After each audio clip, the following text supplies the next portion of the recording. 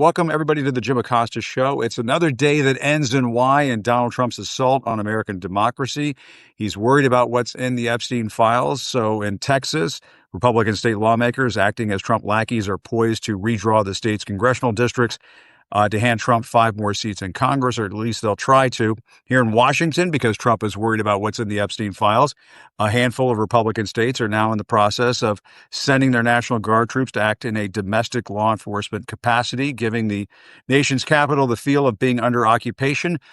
3 big guests joining me today, starting with independent journalist Aaron Parnas. A little later, I'll speak with YouTuber and Dem strategist Keith Edwards, and my friend, veteran White House correspondent April Ryan will join me. She's wonderful to talk about Trump's whitewashing over at the Smithsonian. Aaron, great to see you. I mean, we were just talking before we got started. It's been an exhausting week, and it's only Wednesday. It has, but I mean, Yeah. this is just the news cycle nowadays. It's been an exhausting 7 months of this presidency. So we still have 3 years and 5 months to go. We do. And I don't know, I'm sure you saw this earlier today. J.D. Vance, Stephen Miller, and Pete Hegseth walked into a train station. No, that's not a joke. That really happened over at Union Station. Vance was asked by one heckler whether he had plans to have intercourse with a sofa. This was all while they were surveying the troops. They were looking at the National Guard troops at Union Station. Aaron, your thoughts on all of this? I know you've been posting on this. What do you think? Yeah, and I'll actually be at Union Station tomorrow morning covering. So if everyone wants to come out, say hi. I mean, I think here's the thing. Everyone who says there's no crime problem in D.C. is lying to you. Obviously, there's a crime problem, but there's a crime problem in major cities across the country. But the question remains, just because you have a crime problem, does that mean you need military boots on the ground? And the answer is no. I've been around the city the past week, 2 weeks, ever since he declared this emergency. I've seen some National Guard members, and they're more busy taking pictures with tourists than they are fighting any crime. Crime doesn't really exist on the National Mall or by the Union Station in daylight hours, things like places like that. So it's kind of counter. I said this yesterday. It's very counterintuitive to say that you have a high crime area and then at the same time put the National Guard in non-high crime areas. Right. And that's what they're doing. So it doesn't really make much sense. Yeah, I mean, Aaron, you've been in D.C. long enough. I mean, I grew up around here. I mean, if they want to know where to send the National Guard, I could tell them. You know, there are parts of Washington with high crime. I think the D.C. Police Department, even though they've assailed their credibility in terms of their crime stats, they put out a map where you can see where the crimes are occurring. A lot of people use that map system to figure out where they want to live and why. I mean, this is not some sort of secret. But it's performative. I mean, let's just face it. Stephen Miller. I mean, when you say Stephen Miller, it begins to become performative. And he was over at Union Station earlier today, and he said they're going to add thousands more resources, is how he described it, to what's happening in Washington. And he said, quote, "We're not going to let the communists destroy D.C., and they're going to, quote, ignore the stupid white hippies in Washington." So, I mean, this is culture war stuff that they're fighting. It is. And I think what Stephen Miller doesn't get is that D.C. is not this white city. It never has been. And the culture of D.C., true D.C., is not. And that's a good thing. D.C. is a beautiful city. It has so many great cultures, so many great people. And I see some comments there. Donald Trump and Stephen Miller wouldn't dare set foot in Anacostia. They wouldn't. They would not. They would not. Even though Anacostia, yes, it has crime issues, but it is a great part of town, nonetheless, with so much culture and so much history. So, listen, at the end of the day, like, this is all part of they're doing it with the Smithsonian too, right? They're trying to whitewash history there because it talks about the horrors of slavery too much. It's all part of the plan. It's all part of the plan to kind of just change history, and that is a problem. Yeah, and I think it's also changing the topic. It's Bannon-esque, flood the zone with shit, and get us talking about the National Guard, get us talking about Texas redistricting, get us talking about anything but the Epstein files. And apparently they're going to start turning over these files allegedly on Friday, and the House Oversight Committee is going to get their hands on them. And I was talking with Joyce Vance about this the other day. It depends on what they hand over, what's redacted, who's been going through these files, and so on. Well, I mean, what I've heard, and this is what I've spoken to people on Capitol Hill who may soon see these files. And I mean, truth be told, from what I hear, the public is likely not going to see them anytime. And the reason why is because they're going to be handed over, if they are, to the House Oversight Committee. A lot of it is going to be private. A lot of it is never going to make it to the public record. So that's number one. We probably won't see much of it. And what we will see, unfortunately, is going to be a steady drip from both sides of like the bad pieces that incriminate Bill and Hillary Clinton or incriminate Donald Trump. Like, you're not going to actually see what the Epstein files really are about, which is the hundreds of victims and survivors of Epstein and Maxwell, which is what the public deserves to see and what the survivors deserve to have released. So I don't know. I mean, I agree with Joyce and I agree with you. I think that a lot of these documents will be redacted if they ever make it to the public. Right. And remember, Donald Trump was told by Pam Bondi and Kash Patel that his name appears multiple times in the Epstein files. So if there aren't any files produced to the Oversight Committee that contain his name at least once, the fix is in, something's up. I mean, I'm just saying. No, I agree with you. I agree with you. And I mean, we know his names are in the files. Like, it's not a secret. He was associated with Jeffrey Epstein. And I think that's like what he seems to forget in all of this is like, just because your name appears in a file related to Jeffrey Epstein doesn't make you a criminal, right? Like, there are doormen in the Epstein files who have nothing to do with what Epstein was doing. But at the end of the day, when you're so defensive about it, me as an attorney, I look at that and I'm like, why? Well, what are you trying to hide? Yeah, exactly.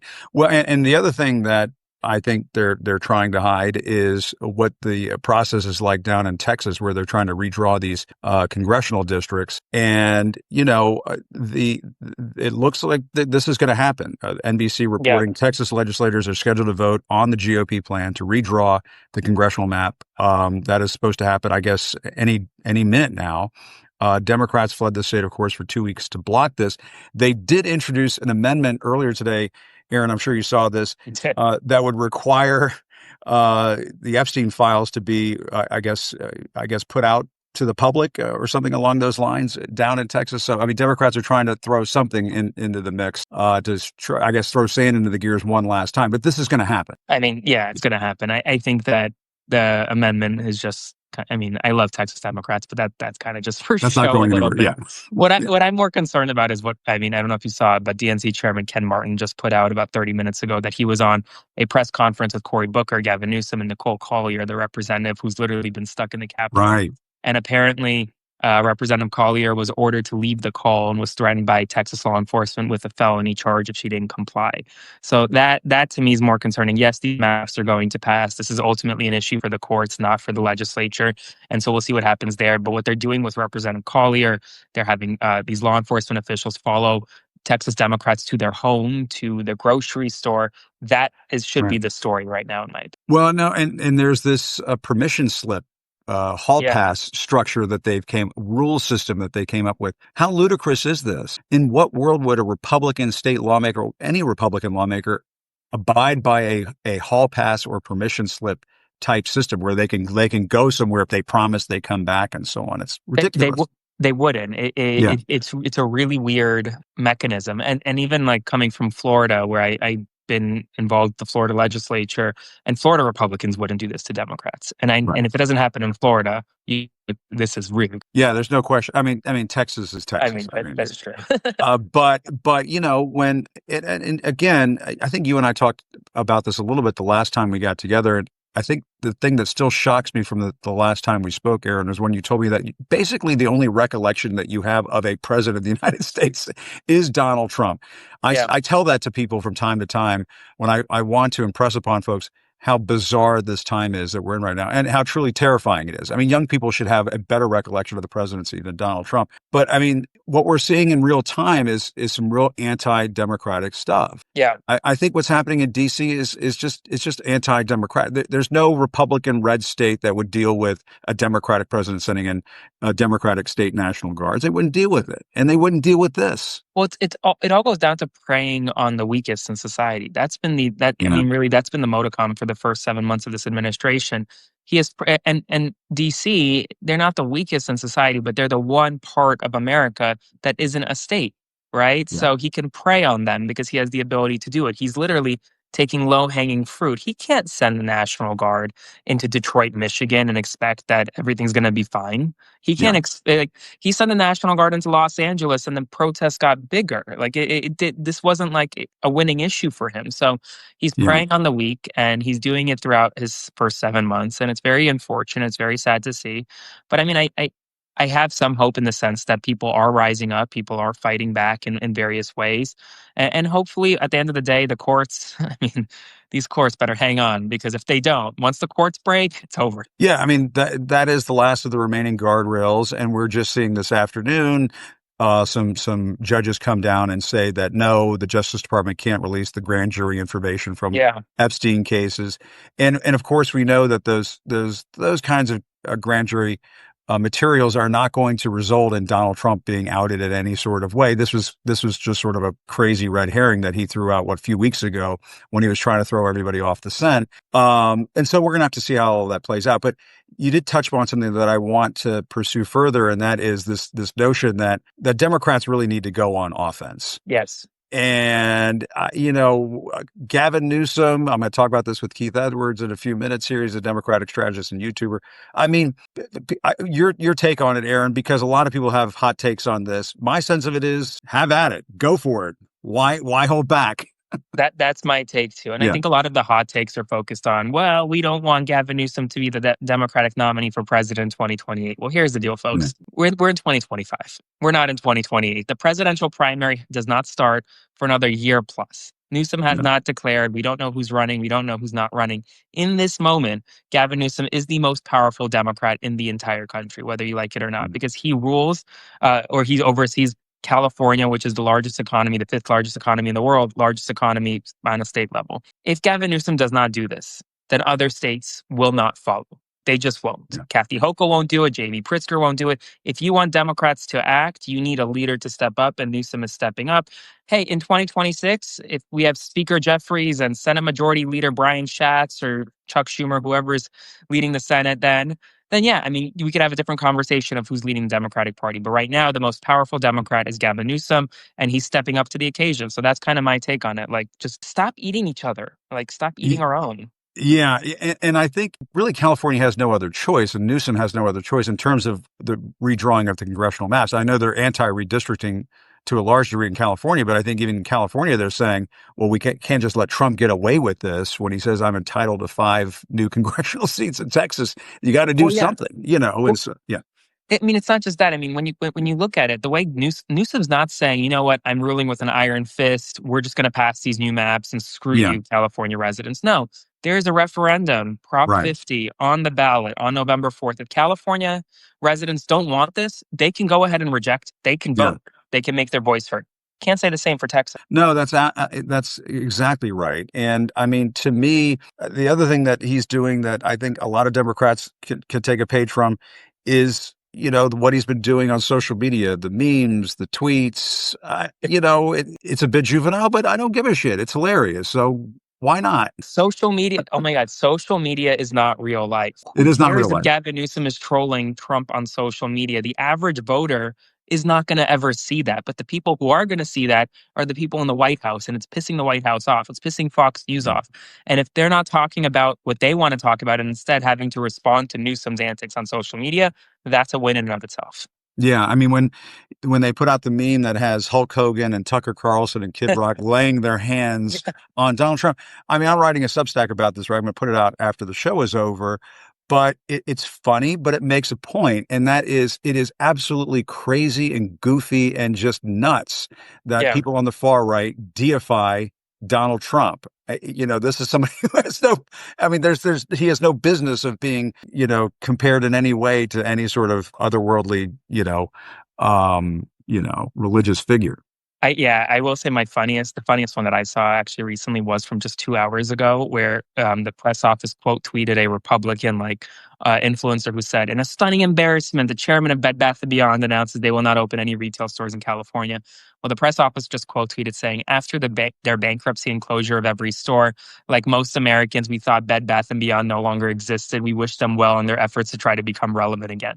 Yeah. That to me was like the best thing. That's hilarious. That's objectively hilarious. Like, you don't have to like Newsom to like that. Yeah. No, I mean, I just, like the Kid Rock stuff is funny when he says, have you noticed that Kid Rock is not attractive anymore after I went after him, whatever it was? I mean, that's just funny. I mean, because of Trump and his obsession with Taylor Swift, like there's a point to it.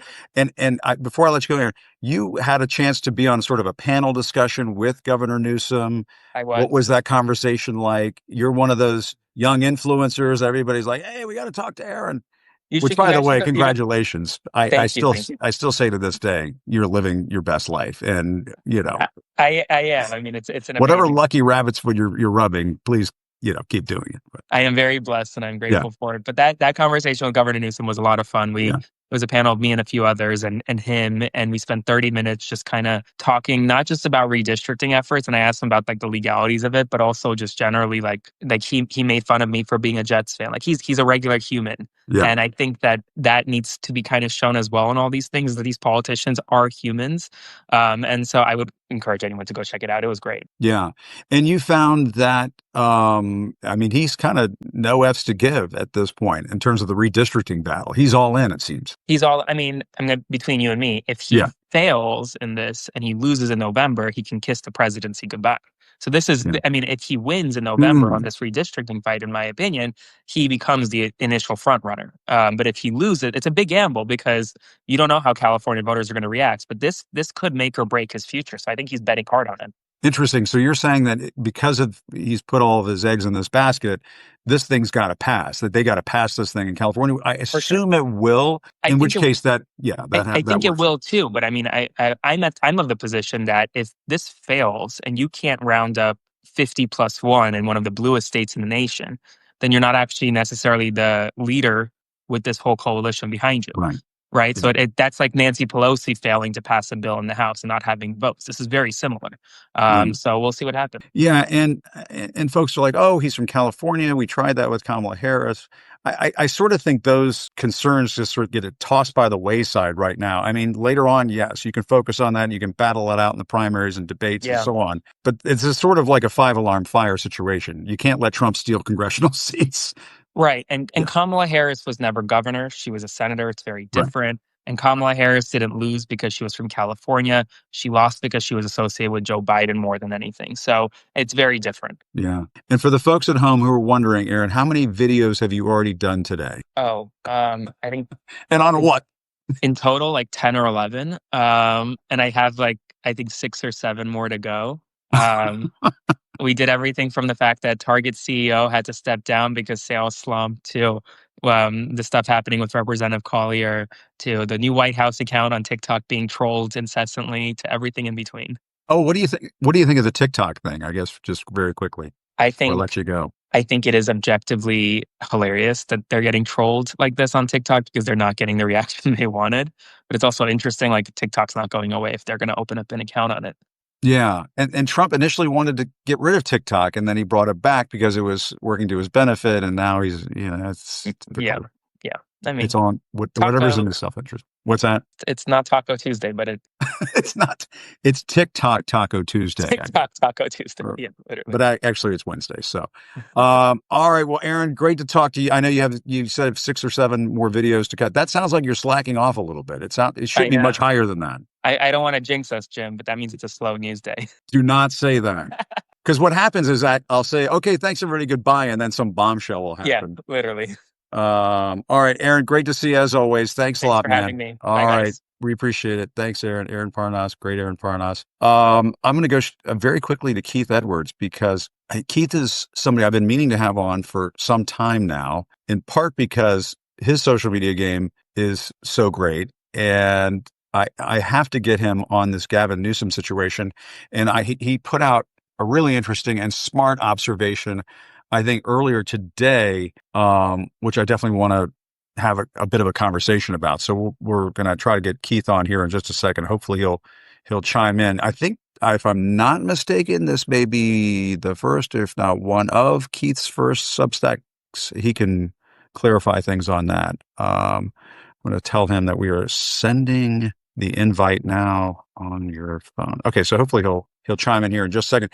And I just got a message from my friend April Ryan. She is going to be live for us over at the White House in just a few minutes, a little short period from now. And we're going to talk about, obviously, what's been taking place over at the Smithsonian and Trump targeting the Smithsonian and targeting history museums in general in Washington, D.C. as part of this anti-woke crusade. Trump was saying on his Truth Social yesterday that the Smithsonian is out of control. Everything is discussed how horrible our country is, how bad slavery was, and how unaccomplished the downtrodden have been. For the life of me, understand what is going through Trump's mind when he says the Smithsonian is focusing on how bad slavery was. If you're going to have an exhibit on history, somebody was just saying a few moments ago, history is history.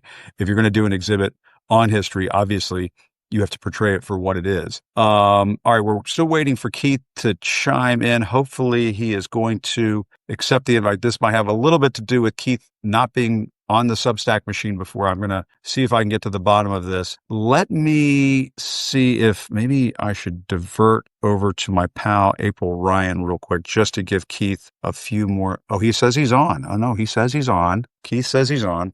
Hang on a second, Keith. Let's try this one more time. Folks, as I like to say, sometimes the Substack, the wheels of the Substack machine, they churn slowly, but they churn towards justice or something along those lines.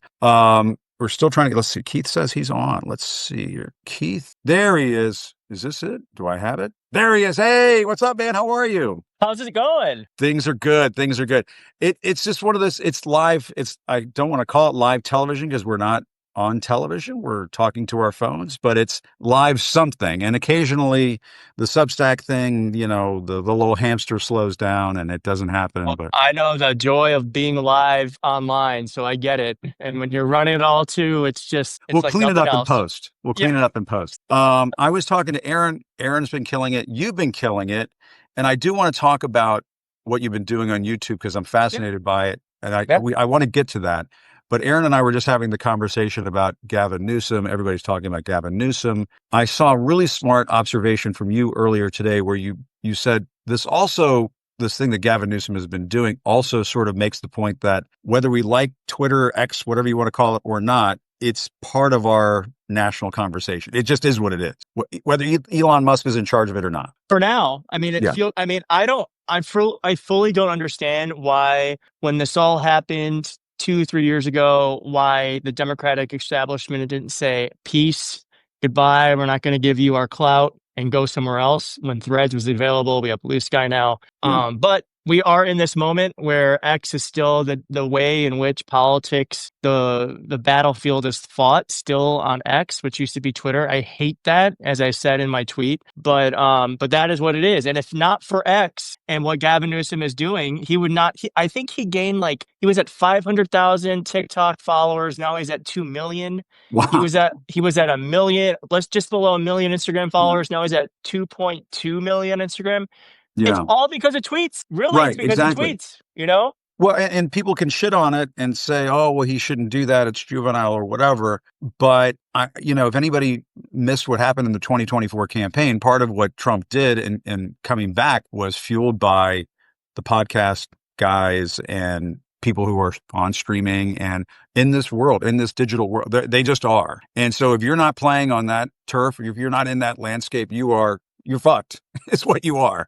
And I think the Newsom people recognize that, and they seem to have a pretty damn talented social media team. You know what it reminds me of? I'm just going to say this because I know politics moves so fast, but it reminds me of what we did at the Lincoln Project 5 years ago. I think it's obviously very different, but it feels the same way where people are just dying for someone to be relentless and attack in the way that they're being attacked. And so I have nothing but props to the social team. I think a couple of them are becoming known, which is so important because this is definitely Gavin Newsom steering the ship, but he has an amazing team behind him. And you have to be you have to be fast, sharp, funny. There's so many different skills and talents you have to have in order for this to work. And you have to be fearless. And props to Gavin Newsom, because there's been a couple of times where like the left has picked something up and like, they're trying to do the thing where he's gone too far, and they're not apologizing. They're just going forward. And that's what you need to do if you want to get attention, actually draw blood in this media environment, I think he's like the first person to draw blood since Donald Trump has gotten back into office. And they've totally freaked out Fox, which, I mean, I have to say, as somebody who gets, shit thrown at them by Fox from time to time, I'm like, hey, that's great. Fantastic. And he's going after Greg Gutfeld and Dana Perino and sort of making fun of them, on their fainting couches, complaining about, Gavin Newsom putting out a meme of Hulk Hogan. I mean, it just sort of reveals how ridiculous the people are at Fox. I mean, they are sort of the people who've been the bullies at the playground for the last, 20 fucking years.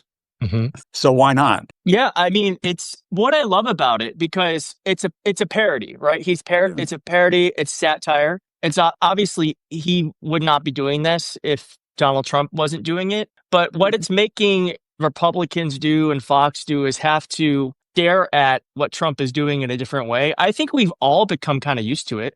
I've become used to it. I've become numb to the caps lock and to the attention to this matter and all this shit. And Gavin Newsom has made us have to look at it again. And I think that's kind of the brilliance of it, is we did all become very used to it, where we are the frogs in boiling water and the water is spilling over. It's so hot. Right.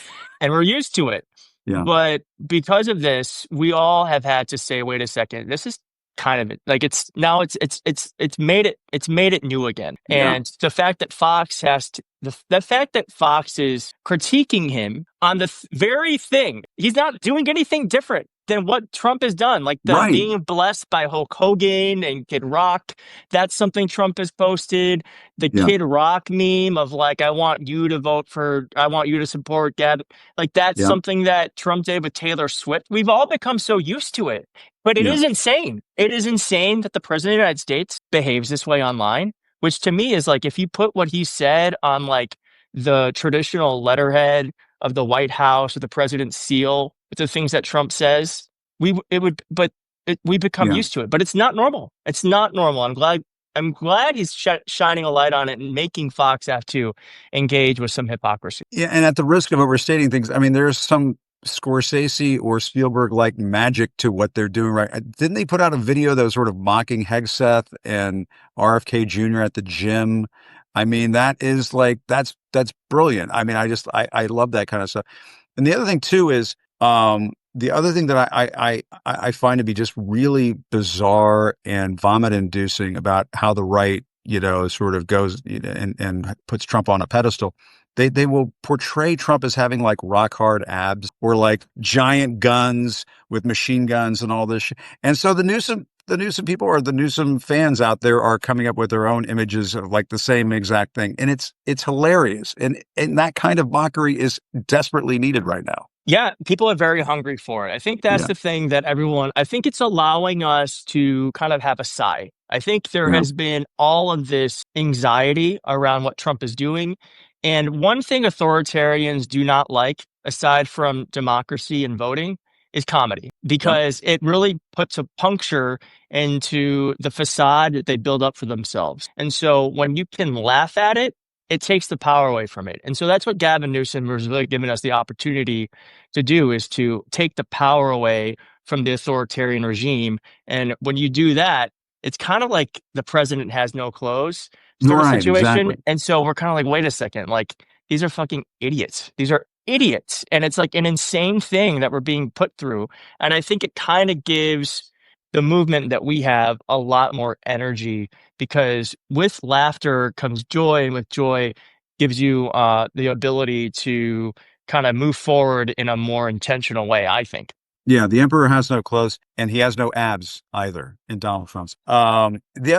Very quickly, I do want to ask you about, I don't know if you saw this, but I'm just going to I'll just tell you what it says and generally pose the question. The New York Times had a piece out today on the Democrats losing voters nationwide, that they're hemorrhaging voters to the tune of 4.5 million voters, according to this New York Times deep dive. Keith, what is your sense of what is taking place inside the party right now? And you're absolutely right. What you guys did over at the Lincoln Project, the way you kind of moved the ball forward in the social media space, it did really change a lot. What lessons should the Democrats be drawing right now? Should they be looking to what Gavin Newsom is doing? Is it the Zohran Mamdani messaging on affordability? Is it a combination of all those things? Do you have a sense of like why they're hemorrhaging so many voters, and not just independent swing state type areas, but very bright blue areas as well? I'm going to talk off the top of my head because I haven't heard about this. So I'm going to talk. I'll send it to you. So I should have sent it to you ahead of time. No, it's totally fine. But I kind of have a sense of the way forward. I do not think the establishment party as it is going to get us out of this. I don't think that traditional politics is going to get us out of this. So it makes sense to me they're hemorrhaging voters because voters are looking for something completely different right now. I don't think we've found that yet. But I do believe, and I think this is kind of how I feel right now, is that it's not going to start at the top. Whatever is going to happen next has to start at the bottom. The Democratic Party does not lead, it follows. And the thing that it's going to follow is the voters. And so the folks watching this right now are probably the most in tune voters in America, are probably fucking fed up with the Democratic Party, as they should be. Yeah. And so I think that I do think there's some sort of movement boiling. I don't know what it's going to be. I don't know where it's going to go to. But is it Jon Stewart or something like that? I mean, you see people. Yeah, Mehdi Hassan has talked about this. Yeah, it has to be. There has to be a radical change. There has to be a radical change, not only in what the Democratic Party believes in, who it fights for. I think we can't be a corporatist party. Can't be a party of the billionaires. I think people want a Democratic Party that is inherently moral, and I think we have a party right now that has a lot of immorality associated with it. It makes it hard for us to be the moral party if it's a party that also kind of has a lot of immoral actors in it. Just off the top of my head, Nancy Pelosi and the stock trading. I think Nancy Pelosi is an amazing figure. She's done a lot, but it really doesn't help us be able to talk about the corruption happening in the White House. You can just say, look at this. Yeah. Yeah. Because I've said that to Republican voters, like, well, Nancy Pelosi does it. It's like, you're right. She doesn't do as much, but it's kind of this, it's the same thing on a smaller degree. And I don't like to diss older folks. I mean, I love, my dad is, enjoying his golden years and so on. You get a lot of wisdom from our parents and grandparents and so on. But I do think there's just a passing of the torch. John Kennedy said it after Dwight Eisenhower. The torch must be passed at some point. And there's some folks who are holding on to that damn torch. They don't want to let it go. I'm getting fired up. I'm getting fired up on this live stream. I'm like, let's go. But you're right. Yeah. You're absolutely right. That's another problem too. But the solution is not going to come from the Democratic Party. It's going to come from the people watching this live stream. It's going to come from the voters who are going to demand a different type of candidate. And I don't know if that candidate has revealed itself yet. I think it will in the primaries, certainly in these House races and then in the Senate. And we're going to see where it shapes up. But I just don't think the Democratic Party as it stands today is going to get us out of it, nor is it set up to. Well, and Keith, remind us again, you're on YouTube, you're lighting it up on YouTube. I every once in a while I check your YouTube count, and it's like the Powerball jackpot. It's growing in ways that are just like hard to fathom. It's freaking me out. I wrote to my close friends on Instagram. I'll just say it to these close friends that we're speaking to today, where it's like, I'm just hoping, because once you hit 1 million subscribers, I just feel like it's a whole different thing. So I'm just trying at first go as slowly as possible and enjoying the moment, because I don't know, it's just bigger than I ever could have imagined. I'm very grateful, and as I'm sure you know, it's such a gift to have an audience that really respects you and trusts you. And so it's just something that I really don't take for granted, and I also am just so grateful for it. But I feel the same. It's happening very fast. It's happening very fast. No, and I'm so happy for you. And I think part of it is just people want fresh faces. They just want fresh faces, whether it's running for office, delivering the news, delivering information. And you're doing it, man. You're doing it. So great job. Well, thank you. Thanks. It's been great. All right. Well, good to see you, Keith. Let's do it again sometime real soon, man. But I as soon as I saw that tweet earlier, and for me, like, you shouldn't react to a tweet. As soon as I saw it, I was like, I need to have Keith on. We need to talk about this. I'm glad it all worked out. Great to see you. Thank you. I appreciate it. And I'll talk to you. All right. All right. Bye. Congrats to you. All right. Talk to you soon. Thanks. All right. I'm going to try to bring in my sister from another mister, as I like to call her, April Ryan. April and I have just worked in the trenches together for years, and I love her to death. Let me just see if I can get her on, and it just takes a few moments to see if we can get the Substack machine work.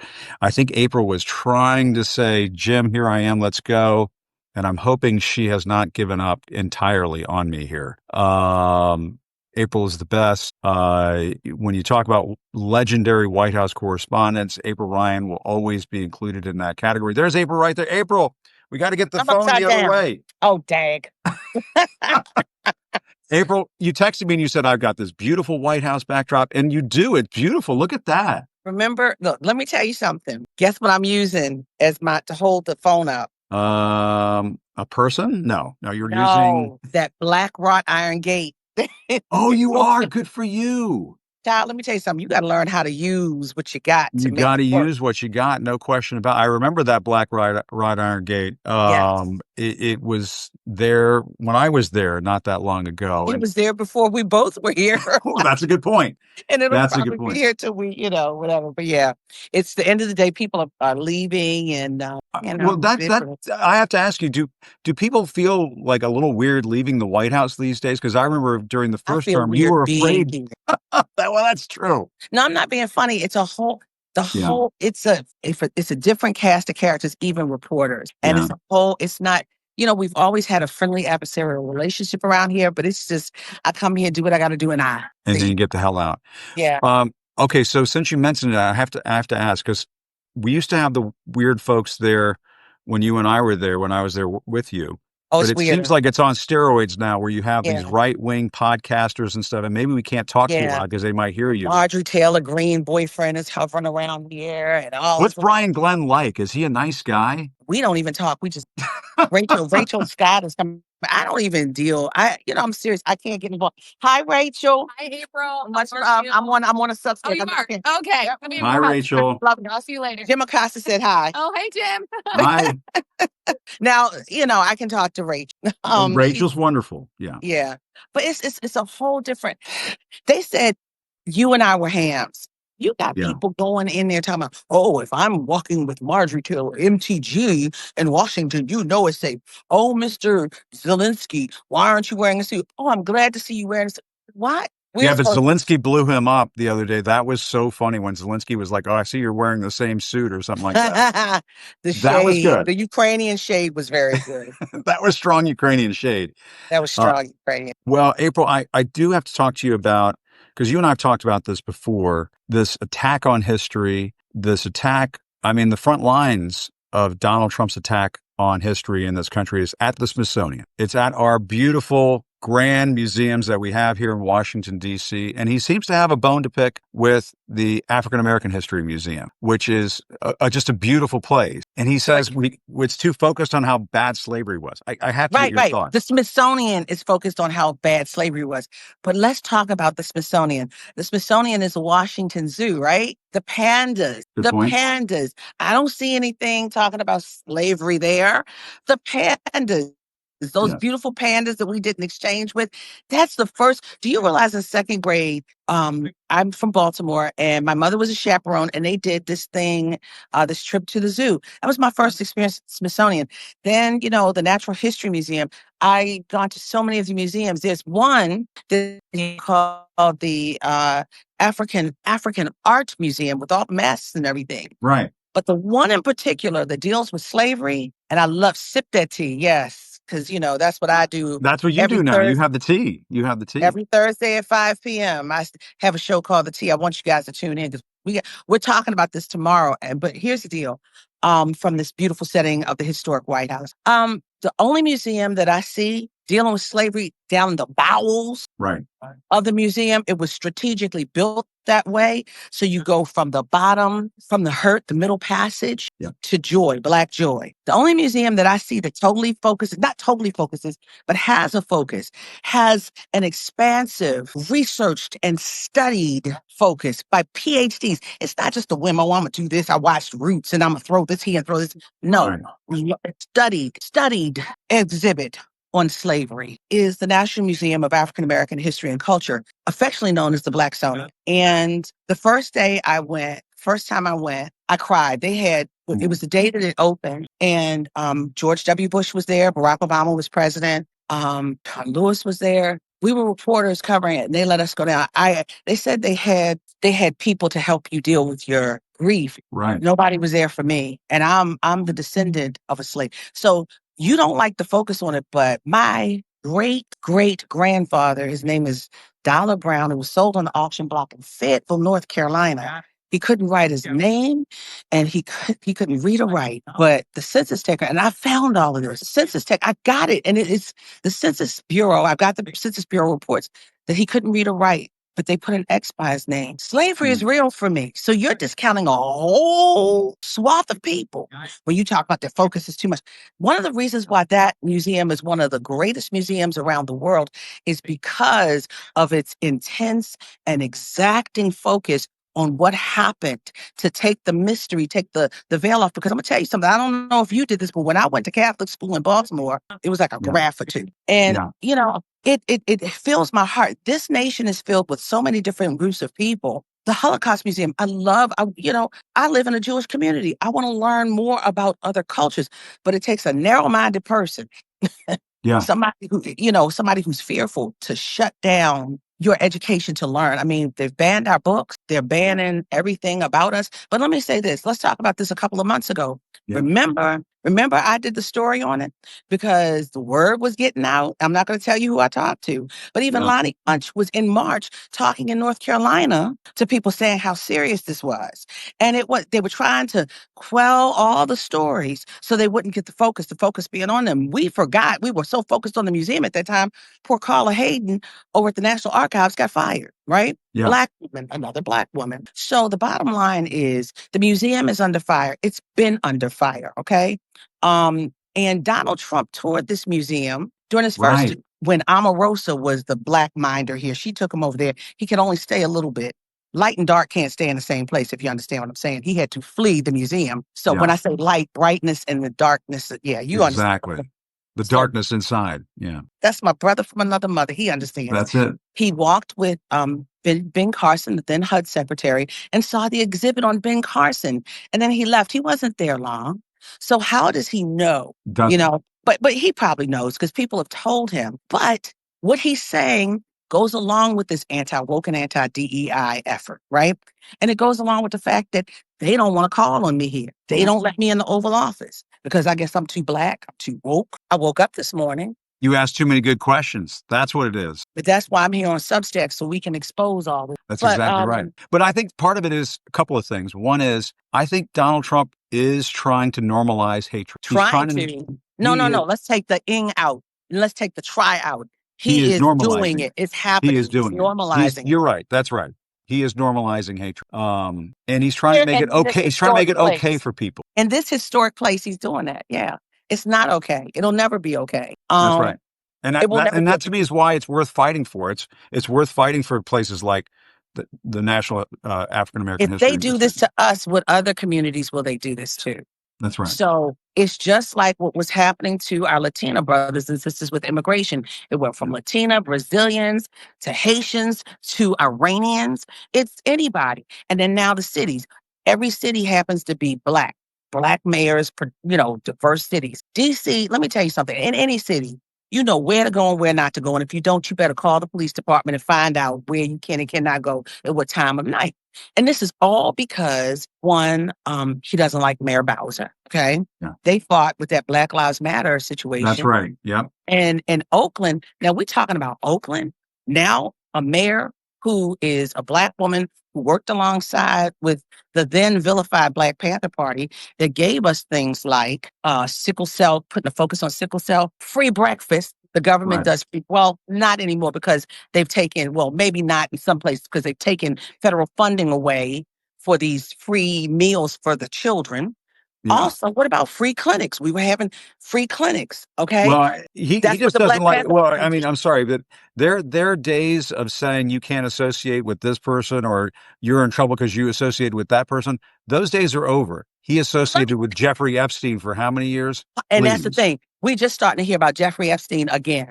So, but let me say this to you. Let me say, and I'm not saying this to be funny. I am a great reporter who happens to be Black. How many generations removed from a slave here on this place, in this space, the longest serving Black woman or Black person in history.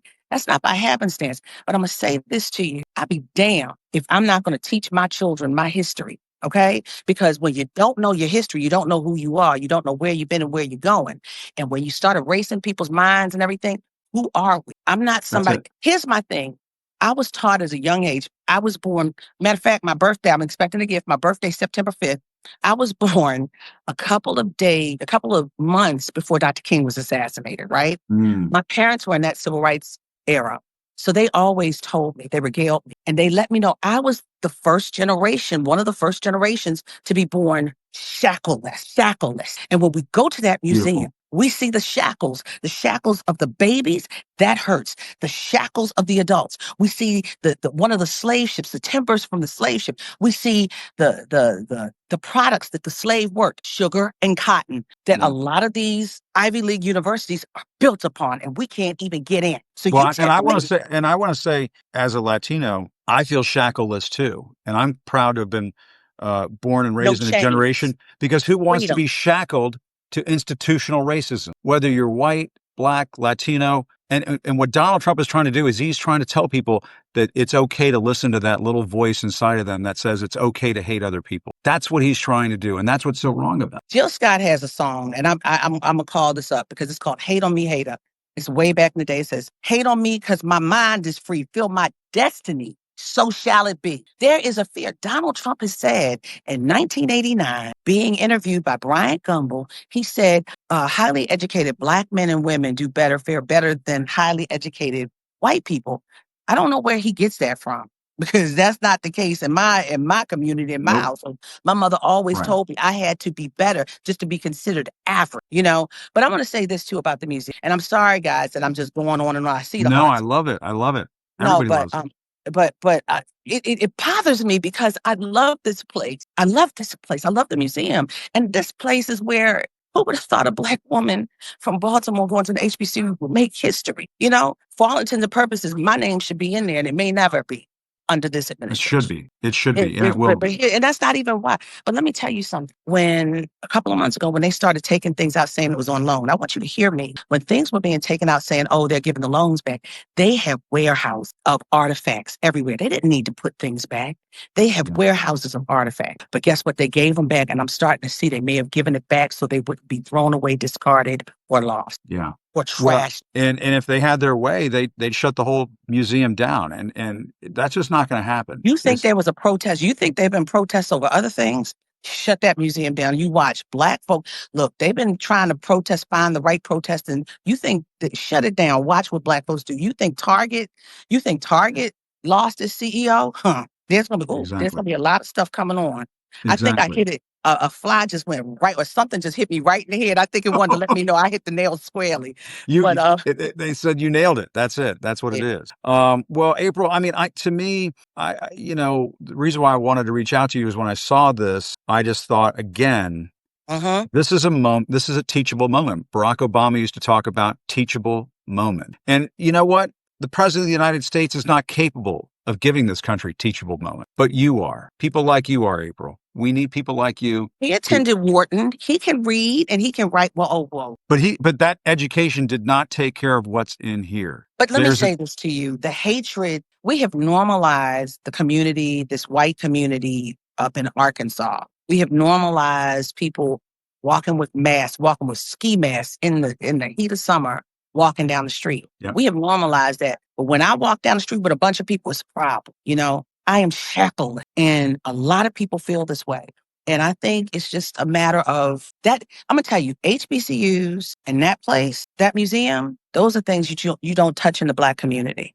That's correct. So that's correct. we'll see. We I'm shall getting all see. upset talking about it. No, but I knew exactly the right person to go to on this, April, and that's you, because you've been there in the trenches, as I was saying, as I was introducing you. You've been there in the trenches. Were you here when we went in there that day, the first day they opened? I remember when even the Martin Luther King Jr. statue, when Barack Obama spoke, I was in pool that day. We had to run around. I thought I was going to lose a lung because with pool you gotta meet. You gotta go.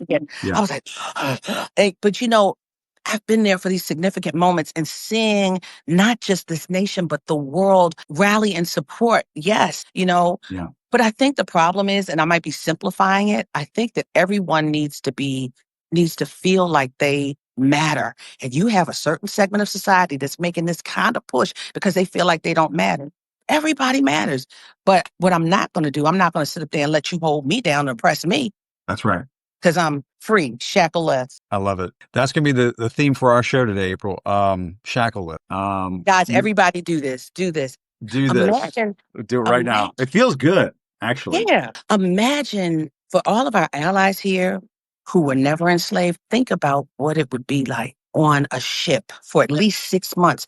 The strongest survived because shark patterns changed from West Africa because they threw a lot of the recalcitrants, the people they thought crazy overboard. The shark pattern changed. Now think about when they ripped you from your tribes. They put you in these small rooms. Strongest, the ones who survived got on the ship. And the strongest who survived the ship went on the dock. They stripped you down so people could see who you were. And for women, the way you were found out, if you were able to be fertile, they checked your breasts to see if the breast was sagging. If the breast sagged, that showed that you had children.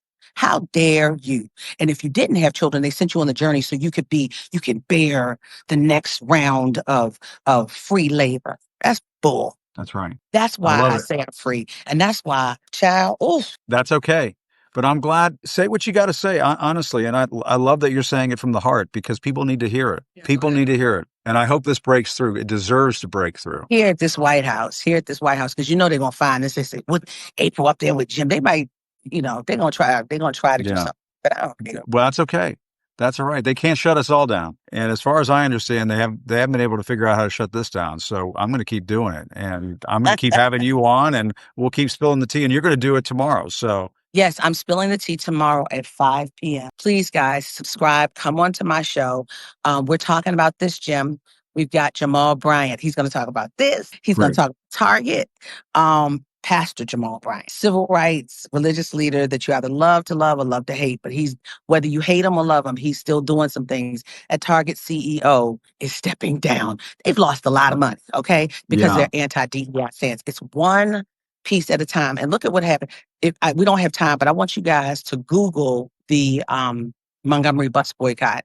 This is the modern day Montgomery bus boycott. They shut down transportation in the city. Black folks did because just read about it. I'm not going to just read about it. It's very interesting read. And then we have, guess who else? We have Mayor Keisha Lance Bottoms. Keisha Lance Bottoms, who's coming on. She's running for governor. So we got a power packed show tomorrow at 5. Guys, join. We're gonna send you to the moon and back. I love it. We're gonna knock the pot over. And Trump can peddle hate. We're going to stop hate. We're going to stop it. No, we just tell the truth. Day by day. We tell the truth with facts. Tell the truth with facts. And history, the last time I heard, was full of facts and full of truth. And you can't erase it. A lot of books to include my books. Thank you, guys. I see a lot of people following. Thank you. I want you to tune in tomorrow because we got a lot more to talk about. And actually, after I leave here, I'm getting ready to drive by where we just talked about. We're going to drive by the Smithsonian. I just did a little stand up here, but I'm going to drive by and get some B-roll and stuff. Sure. Well, love you, April. This is serious. Love you more. No, this is serious. And we're not going to let up on it. And every chance I have to talk about it, I'm going to talk about it. And every chance I can bring you on and force you to come on, beg you to come on, I'm going to do it. So. Yeah, I'm going to run off the campus now. I got my bags over right next to me. I'm going to run off the campus before they try to kick me off. get while the getting's good. Get while the getting is good. All right, my friend. Love you. And everybody, thank you. Bye-bye. Join me tomorrow at 5. Join April. She's the best. Bye, April. Great to see you. Bye-bye. Get home safe. You too. Okay, take care. Bye. Yes. Bye-bye. All right, we'll talk soon. The Bye-bye. great April Ryan, the wonderful, the amazing. I've run out of superlatives. I could just go on all day. But the thing about April that makes April so special, and the thing that people sometimes miss in her reporting, is where it comes from. It comes from what she was just talking about just now. The history that she brings to the table as a journalist, the history that she brings to the table as a correspondent. And to remind folks at home, April has been there and done that. She's covered Republican and Democratic presidents, and she has had the respect of Republican and Democratic presidents up until the current one that we have right now in the White House, which says more about who's in the White House right now than April Ryan. Also, they won't let April Ryan ask a question. Are you kidding me? Are you kidding me? I thought these were tough guys over at the White House. I thought getting back to the Gavin Newsom memes of Newsom's six-pack abs and all this, they portray Trump as this alpha male with the six-pack abs and the machine guns and the big biceps and all this stuff. They say he's a tough guy, but he won't take a question from April Ryan. A tough guy would always take a question. And so Donald Trump, if you are indeed the alpha male with the six-pack abs and the bulging biceps that you are made out to be on social media, which is all, of course, a farce and a fraud, you would be man enough to take a question from April Ryan. And I dare him to do that. Last thing I want to get to before we go. The bullshit factory strikes again. You guys are well aware of the fact that I coined the term the bullshit factory about the folks over at Fox, Rupert Murdoch's propaganda TV network for Donald Trump. This is in the New York Times today. Jeanine Pirro, Jesse Waters, Maria Bartiromo, they seem to have different motivations, but the same goal, to help President Trump. Several of Fox News' most prominent on-air news personalities made clear their desire to help Trump shortly before and after the 2020 presidential election, according to a tranche of court documents released on Tuesday in a $2.7 billion defamation lawsuit against Fox filed by Smartmatic, a voting technology company. You guys remember the Smartmatic case. In one text message, Mr. Waters, who now hosts Jesse Waters Primetime on Fox, I'm reading from the New York Times, said to his colleague Greg Gutfeld, quote, "Think about how incredible our ratings would be if Fox went all in on Stop the Steal," a reference to the movement trying to overturn the results of the election. Ms. Pirro, a former Fox News host who is now the U.S. Attorney for Washington, D.C., yes, Judge Weinbach, as she's called on SNL, told Ronna McDaniel, then the Republican National Committee chair, in a text in the months before the election, quote, "I worked so hard for the president and party." Ms. Pirro had been pushing for a pardon from Mr. Trump for her ex-husband, Smartmatic argues. The bullshit factory strikes again. I mean, more evidence that it's a propaganda network, folks. And I know most of the folks who are watching this right now understand that, but more evidence. And as April was saying a few months ago, we deal with facts. We deal with truth. Here's more truth, leading us to what I described Fox as, whatever it was, 4 years ago. Was it 4 years ago? Has it been that long? The bullshit factory. It was bullshit back in 2020. Donald Trump still calls it a rigged election and a hoax and everything else. And he claims that the 2020 election was stolen from him to this day. He did it the other day in the Oval Office with Zelensky and everybody. He was crying again about all this. You lost. And you had people at the biggest cable network in television in the United States talking about how incredible their ratings would be if Fox went all in on Stop the Steal. It's a bullshit factory, folks. Utter. I want to thank Aaron Parnas for joining me today. I want to thank Keith Edwards. I want to thank the wonderful April Ryan. I hope, I wanted to talk about Fox at the end of the show, but I hope that the theme of the shackles being ripped away that April was talking, I hope that's what you think about later tonight. I'm not going to sit here and go on some long diatribe to tell you that slavery was bad. It is by definition horrendous. It is by definition. And Donald Trump should know that. But as I was saying with April, this tells you more about Donald Trump than the Smithsonian or whatever exhibits they have on display. As president, you are not going to get away with normalizing hatred in this country. As April Ryan was saying, he is doing that. He is doing that. There's no question about it. He's not going to get away with it. It's not going to be lasting because there are too many of us who want to do this. Still reporting from Washington, I'm Jim Acosta. Have a good evening. Thanks a lot for watching. Good night.